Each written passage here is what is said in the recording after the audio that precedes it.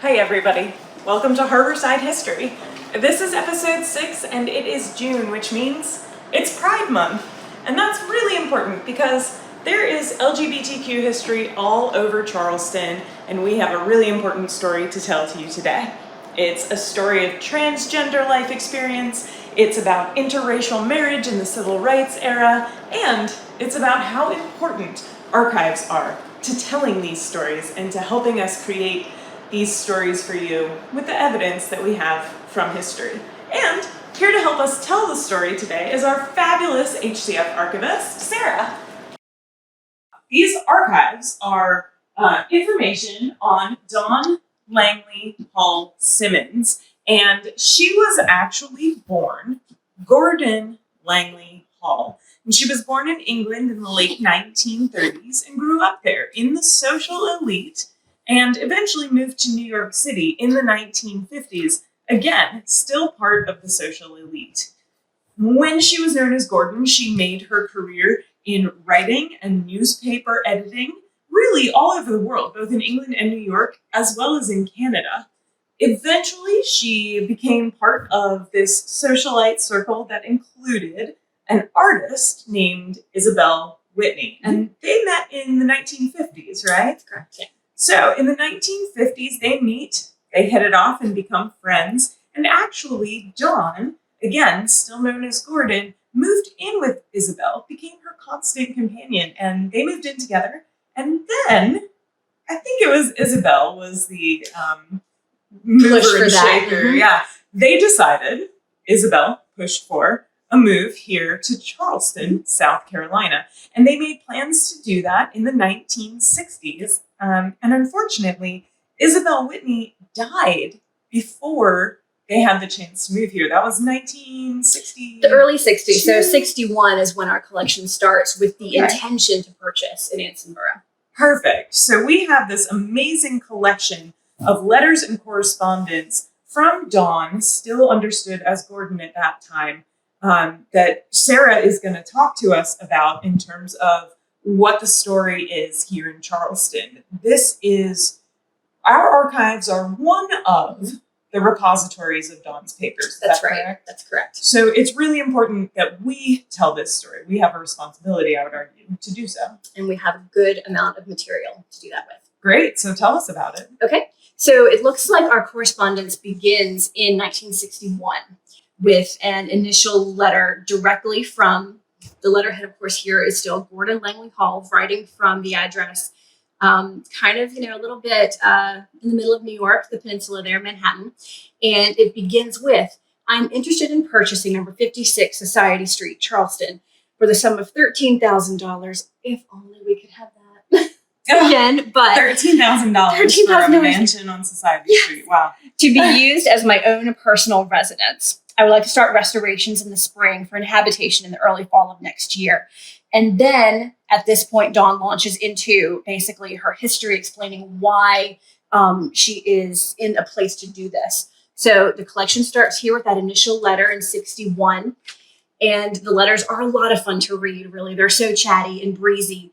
And then we have a little bit time elapses, about a month or so, because of course we don't have every piece. Things would have been, moved or lost, but we have dozens of letters and little shorter notes, the different kinds of paper. Yeah, she's got all sorts of different letterheads. Yes, so tons of different ones between Dawn to Frances Edmonds, who of course was our director at the time, who had spearheaded the whole Ansonborough project. Actually, can we back up and talk about the Ansonborough project? Yes, we can. That's what the whole folder's for. One of the many folders. Oh, fantastic.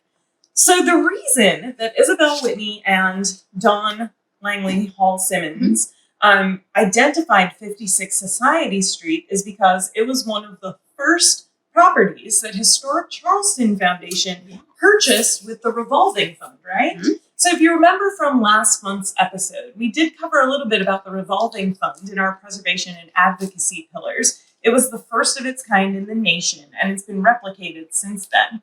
The revolving fund was a fund raised and used to purchase homes that needed renovation, restoration. Here's a great image. Here's an image of 56 Society Street before its renovation.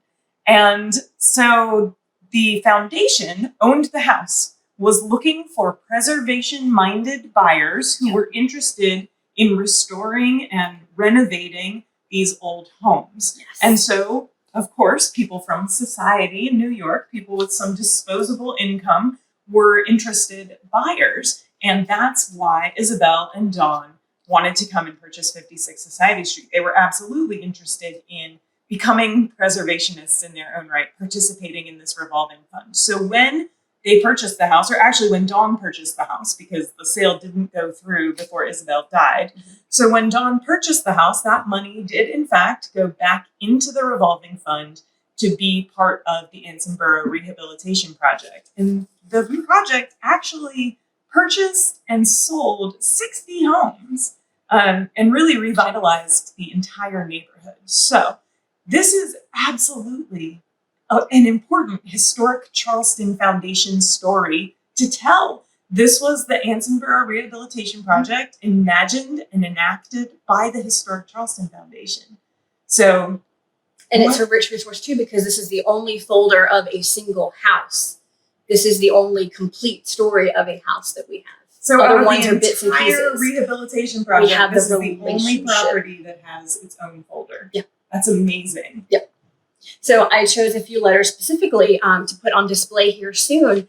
And one of them is, like you just mentioned, the funds that got cycled back in. There is a letter from Francis Edmonds to, of course, then Gordon in 1964. Thank you for your check for $2,000, which was going to be used to purchase another building on Society Street to start the process over again. And she even says, you are a preservationist par excellence. Fantastic. So this is the beginning of a friendship and of a business relationship that lasted for several years. Sure. In the 1950s and 60s, Ansonborough was already known to be a gay haven in the city of Charleston. And it actually included people from all different socioeconomic classes and different racial backgrounds. But as the Ansonborough Rehabilitation Project came into being and attracted these preservation-minded buyers, a lot of them that happened to be queer, it started to gentrify the neighborhood. Can I stop you there and show you some of these images? Sure. We've got Let's a ton take of a them. look. Let's go over here and see. Let's go see the neighborhood. So this first section of photographs here are just of Anson Street, which is, of course, where the rehabilitation project is centered. We even have photographs from the initial surveying. But this is just Anson Street. Wow. So what about the rest of Ansonborough? So we have them sprinkled throughout all of these files, but I do have a picture of John's house on Society Street. Fantastic. And you've got this much on Society Street too? Probably more. More! Oh my gosh. That's fantastic. So this is a lot of files, everybody. And if I were researching a historic property on the peninsula, would I be allowed to come here and check it out? You absolutely can. We love sharing our materials with the public. Unfortunately for Dawn, her new life wasn't destined to go smoothly. In 1969, she met and married a younger man by the name of John-Paul Simmons. And unfortunately, this relationship was viewed in Charleston society with an equal amount of unacceptance as her gender confirmation. It wasn't the fact that John-Paul was younger that got to people. It was the fact that John-Paul Simmons was a black man. In 1969, just 2 years after the Supreme Court ruling in the case of Loving versus Virginia, which legalized interracial marriage across the United States, John-Paul and Dawn got married, the first legal interracial marriage in the state of South Carolina.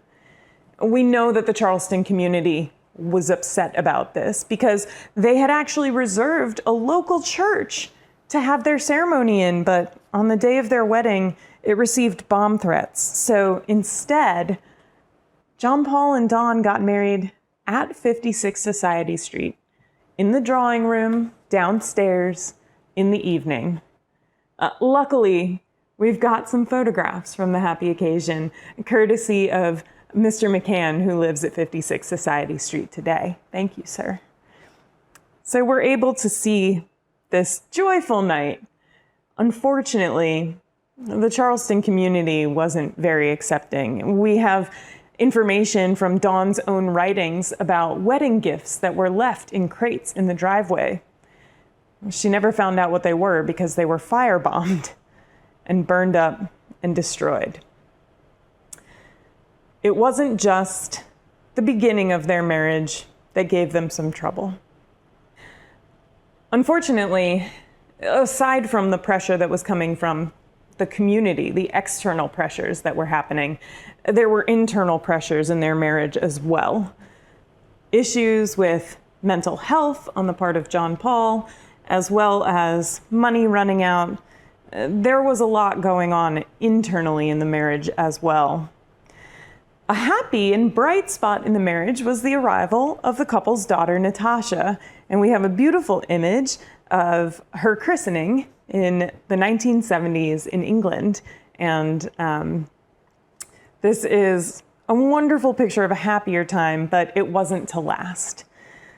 Because of gambling debt, because they were unable to make payments on 56 Society Street, and because the community was increasingly pressuring this interracial couple with a transgender woman to move out, their tenancy at 56 Society Street became untenable.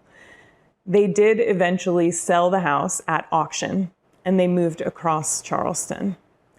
By 1982, they were divorced, and Dawn had moved back to New York. She did return to Charleston later in her life to live here with her daughter, Natasha, and we have this brilliant, very small image later in life of Dawn. And she did, in fact, pass away here in Charleston in 2000. Dawn Langley Hall Simmons' story is unique, and it's powerful, and it bears repeating, and it's our job to tell, along with a whole host of others. Dawn's representation as a transgender woman in the civil rights era is really important. Even as she was persecuted for her identity and for her choice of spouse, she was a huge part to play in the preservation of the city of Charleston and one of the early adopters of the revolving fund initiative that was envisioned and pioneered by Historic Charleston Foundation. We're grateful to have the opportunity to tell this story, and we hope that you'll look for more resources. If Dawn's story interests you, or if you're looking for more Charleston LGBTQIA+ history, make sure that you click in the drop-down menu.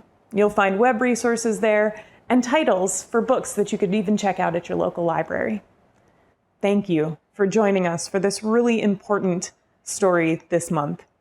We'll see you next month. We've got more fun and exciting things planned for you in Harborside history.